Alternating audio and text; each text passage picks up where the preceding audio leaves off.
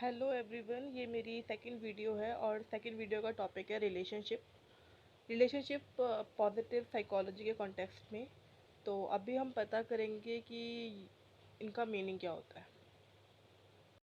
अब अगर हम बात करें कि रिलेशनशिप का मतलब क्या होता है, तो हमारी जो लाइफ है, इस लाइफ के अंदर हमारे बेस्ट फ्रेंड्स हैं, हमारे लवर्स हो गए, और भी बहुत लोग होते हैं। इन सभी का हमारे जीवन में ना बहुत ज़्यादा प्रभाव होता है और फ़र्क भी पड़ता है कि ये लोग हमसे क्या कहते हैं और हम इनकी बातों को मानते भी हैं।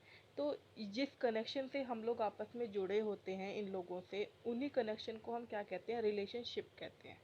अब रिलेशनशिप एक होता है नॉर्मल, एक होता है क्लोज रिलेशनशिप, यानी कि हम हर चीज़ शेयर कर सकते हैं उन लोगों से।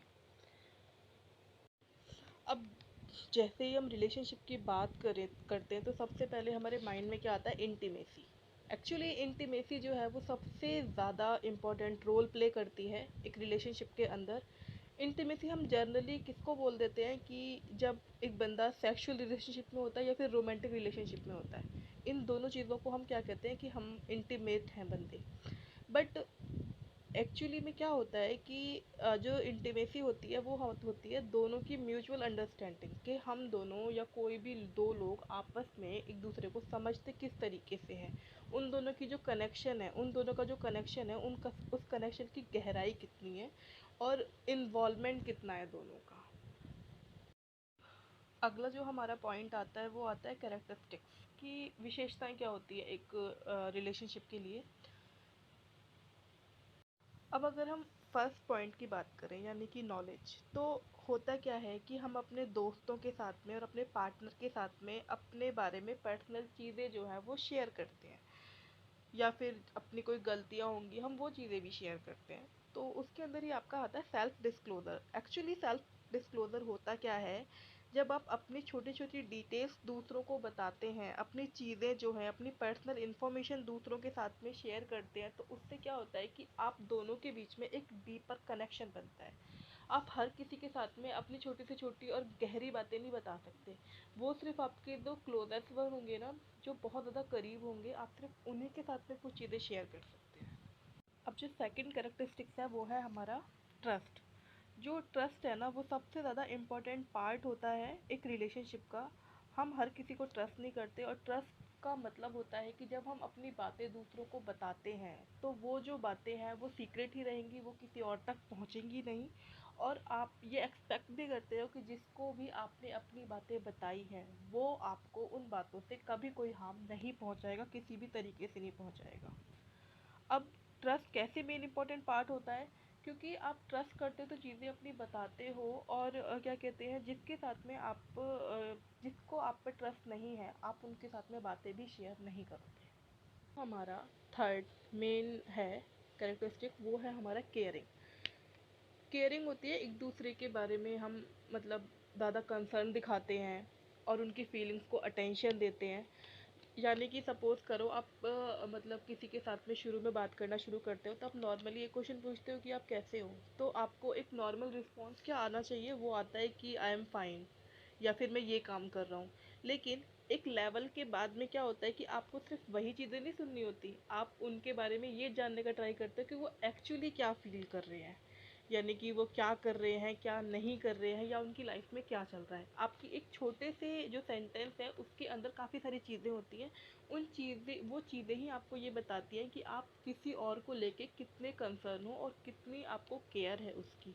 अब जो आपकी क्या कहते हैं केयरिंग है, ये बाकी चीज़ें भी इन्वॉल्व करती है, यानी कि तीन चीज़ें और इन्वॉल्व करती है। वो होती है कि जब किसी को ज़रूरत है तो आप उसके लिए सपोर्ट के लिए खड़े हो। दूसरी चीज़ है कि आपको जब भी कोई स्पेशल ओकेज़न होता है तो आपको पर्सन वो बुला रहा है, इनवाइट कर रहा है। तीसरा है कि आप कितने भी दूर हो जाओ, अगर आपका रिश्ता बहुत अच्छा है और आप एक दूसरे की केयर करते हैं, तो आप हमेशा टच में रहोगे, चाहे वो एक फ़ोन कॉल के थ्रू ही क्यों ना हो। अब अगर हम बात करें नेक्स्ट कैरेक्टरिस्टिक की, यानी कि इंटरडिपेंडेंस, तो वो क्या होता है, इंटरडिपेंडेंस नाम से ही पता लग रहा है कि आप एक दूसरे पे डिपेंड हो किसी भी चीज़ के लिए। तो क्या होता है कि जब हम किसी की केयर ज़्यादा करते हैं ना, तो हम उसको एडवाइसेस भी ज़्यादा देते हैं। सपोज़ करो कोई भी इंसान कोई भी काम कर रहा है, तो हम क्या करते हैं, बताते हैं उसे कि नहीं ये काम अच्छा नहीं है या ये काम ठीक है, इसको बेटर तरीके से करो। तो मतलब अपनी अपनी हर बंदा एडवाइसेस देता है उस काम के लिए। अब जैसे सपोज़ करो कि एक कंप्यूटर है, उसमें कोई ना कोई प्रॉब्लम आ गई, तो हम क्या करते हैं, उसके एक्सपर्ट को बुलाते हैं कि उसमें क्या प्रॉब्लम आई है ताकि ठीक कर सके। सेम ऐसा ही हमारी लाइफ के अंदर भी होता है, क्योंकि हमारे जो पर्सन की लाइफ होती है वो ऐसा नहीं है कि हर तरीके से और हर टाइम सेम चलेगी। कभी कभी कुछ चैलेंजेस ऐसे भी आते हैं कि हम अकेले फेस नहीं कर पाते, हमें सपोर्ट की ज़रूरत होती है। तो वो जो सपोर्ट हमें प्रोवाइड होती है ना, वो होती है हमारे रिलेशनशिप की वजह से, हमारी फैमिली या हमारा पार्टनर या हमारे फ्रेंड्स, ये सब हमें प्रोवाइड करते हैं, तो उसको हम बोलते हैं इंटरडिपेंडेंस। नेक्स्ट जो पॉइंट है वो है हमारा म्यूचुअलिटी, यानी कि सेंस ऑफ वीनेस। अब दो अलग अलग लोग जब एक कपल बनते हैं, तो उनकी जो फीलिंग होती है एक होने की, वो उनकी लैंग्वेज के अंदर भी दिखाई देती है। यानी कि वो मैं और तुम की जगह पे क्या यूज़ करते हैं, वी, यानी कि हम। वो एक्चुअली जो हम दिखाई देता है ना, वो हम जो है वो क्या शो करता है, उन दोनों के बीच का कनेक्शन शो करता है कि वो दोनों कितने अच्छे दोस्त। अब अगर मैं इसी पॉइंट को डायग्राम के थ्रू समझाऊं, कि सपोज करो कि जो दो पर्सन है वो दो सर्कल की तरह है, जिसमें एक सेल्फ है और दूसरा अदर है। कुछ टाइम के बाद में जब ये इन्वॉल्व होंगे, बातें करेंगे, तो क्या होगा, इन लोगों की थिंकिंग एक्सचेंज होगी और ये क्या बनेंगे, सेल्फ और अदर दोनों मिल जाएंगे। और जो थर्ड पार्ट है उसके अंदर क्या होगा कि सेल्फ और अदर इनका बचेगा ही नहीं, और एक एक जो सेंस है वो डेवलप हो जाएगा, सेंस ऑफ वीनेस, यानी कि अपनापन, या हम जिसको बोलते हैं, हम अस बोल देते हैं, हम बोल देते हैं। अब अगर मैं बात करूं सबसे लास्ट पॉइंट की, तो वो होता है कमिटमेंट। कमिटमेंट क्या होता है कि फाइनल कंपोनेंट है किसी भी एक रिलेशनशिप के लिए, कि आप ना ये डिज़ायर रखते हो कि आप हमेशा एक दूसरे के साथ रहोगे और साथ निभाओगे फ्यूचर के अंदर। यानी कि आपको कमियां भी पता लग चुकी है एक दूसरे की और खूबियां भी पता लग चुकी हैं, और उनको जानने के बाद भी आप एक दूसरे के साथ रहने का जब डिसाइड करते हो, तो वो आपका कमिटमेंट होता है। और आप ये भी सोचते हो कि चाहे कितनी भी परेशानियां आएंगी, लेकिन आप एक दूसरे का साथ नहीं छोड़ेंगे, तो वो जो होती है वो एक कमिटमेंट होती है कि आप हर टाइम और हर तरीके से एक दूसरे के साथ हो।